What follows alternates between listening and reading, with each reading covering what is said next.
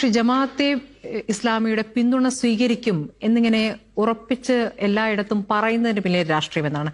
അവർ പിന്തുണച്ചോട്ടെ, അത് അവരുടെ നിലപാടാണ് എന്ന രൂപത്തിൽ കാണാതെ അവരുടെ പിന്തുണ സ്വീകരിക്കും എന്ന് പറയുന്നതിന്റെ ചോദിച്ചാൽ പറയണ്ടേ പിന്തുണ സ്വീകരിക്കുക എന്ന് ചോദിച്ചു. സ്വീകരിക്കുമെന്ന് പറഞ്ഞു, അത്രയേ ഉള്ളൂ, വേറെ ഒന്നുമില്ലല്ലോ.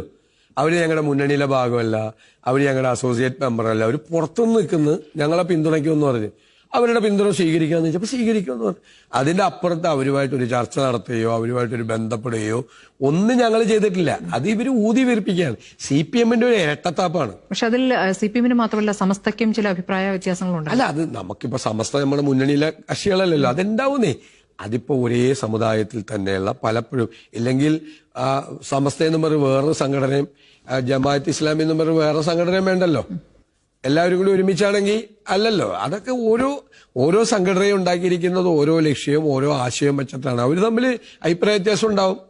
നമ്മൾ ഒറ്റ കാര്യം, ഞങ്ങൾ ഒന്നും പറഞ്ഞിട്ടില്ല. അവര് ഞങ്ങളെ പിന്തുണച്ചപ്പോ ശരി, പിന്തുണ സ്വീകരിച്ചു, അത്രേ ഉള്ളൂ. അതിന്റെ അപ്പുറത്തേക്കുള്ള ഒരു ബന്ധവുമില്ല. അത് പിന്നെ ഇങ്ങനെ ഊതി വീർപ്പിച്ച് അത് കമ്മ്യൂണലാക്കാൻ നോക്കാം. നിങ്ങളത് മനസ്സിലാക്കേണ്ടത്. ഇപ്പൊ ലീഗിനെതിരെ ഭയങ്കര വിമർശനം. ലീഗിനെതിരെയാണോ ആ വിമർശനം? അല്ല, അത് വിഷയം കമ്മ്യൂണലാക്കാൻ നോക്കുക. CPM-ന്റെ ബുദ്ധിയാണ്. ഞാനൊരു മറുചോദ്യം ചോദിക്കട്ടെ. ഇന്ത്യൻ യൂണിയൻ മുസ്ലിം ലീഗ് ദുർബലമായി, ഇല്ലാതായി എന്ന് വെച്ചു, ദുർബലമായെന്ന് വിചാരിച്ചു. ആ സ്പേസ് ആരും കൊണ്ടുപോകും? ഞാൻ കേരളത്തിന്റെ പൊതുസമൂഹത്തോടാണ് എന്റെ ചോദ്യം. ആ സ്പേസ് തീവ്രപക്ഷ നിലപാടുകളുള്ള ആളുകൾ കൊണ്ടുപോകും.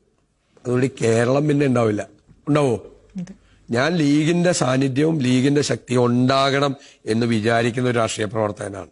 നമ്മൾ എപ്പോഴും കേരളത്തെക്കുറിച്ച് ആലോചിക്കുമ്പോൾ ഉണ്ടാകണം. ബാബറി മസ്ജിദ് തകർന്നതിന് ശേഷം ഇന്ത്യ മുഴുവൻ കലാപം നടക്കുമ്പോൾ പാണക്കാട് ശിഹാബ് തങ്ങളെടുത്ത സ്റ്റാൻഡ് എന്താ? അപ്പോ ലീഗിന് തീവ്രത പോരാ എന്ന് പറഞ്ഞ് ലീഗ് വിട്ടുപോയ ഒരു കക്ഷി തോളത്ത് വെച്ചിട്ടാണ് ഈ CPM നമ്മളോട് സംസാരിക്കുന്നത്. ഏത്?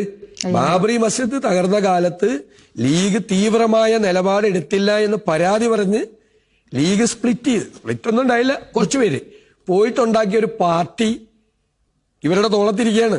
ആരുടെ? CPM-ന്റെ. എന്നിട്ട് നമ്മളെ വർഗീയത പഠിപ്പിക്കാൻ വരികയാണ്.